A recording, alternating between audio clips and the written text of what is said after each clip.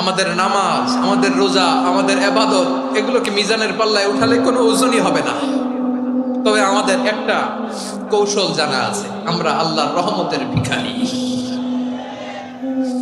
আমরা সেদিন আগেই গুনার স্বীকৃতি দিয়ে দেব।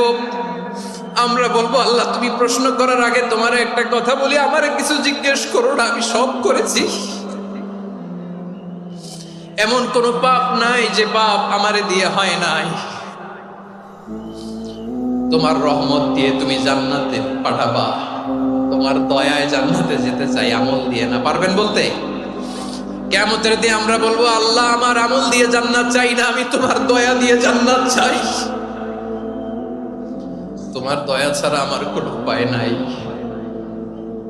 কারণ আল্লাহ যদি বিচার করে, বাঁচার কারো উপায় নাই। আল্লাহ যদি বলে ফেলেন তুই এটা করলি কেন, ওখানে গেলি কেন, কোরআনে 1000 বার নিষেধ করলাম তারপরেও এই পাপে জড়ালি কেন, এরকম প্রশ্ন ছুড়ে দিলে আমার উত্তর আছে? বাঁচার কোনো উপায় আছে?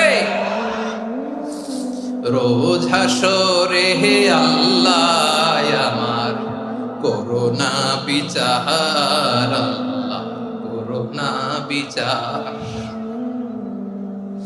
বিচার চাহি না তব দয়া চাই, এ গুনাহগার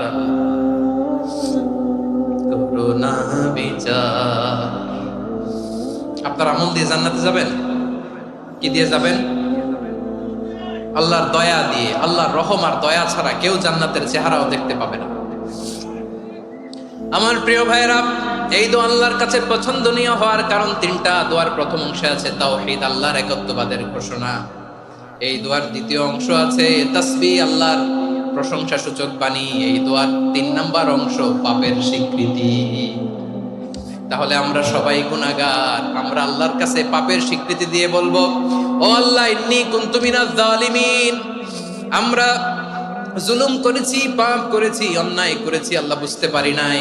শয়তানের ওয়াসওয়াসায় পড়ে, বন্ধুর পাল্লায় পড়ে, নফসের খায়েশ মিটাতে যে আল্লাহ করে ফেলেছি।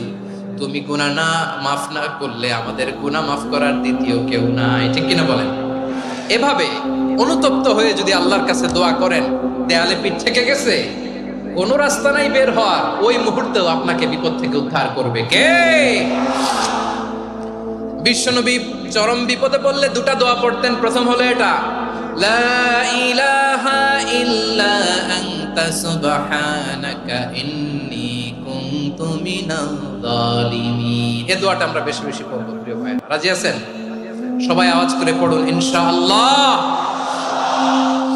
আমার প্রিয় ভাইয়েরা, বিপদে পড়লে বিশ্বনবী আরো একটা দোয়া পড়তেন, লা ইলাহা ইল্লাল্লাহুল আযীমুল হালিম। লা ইলাহা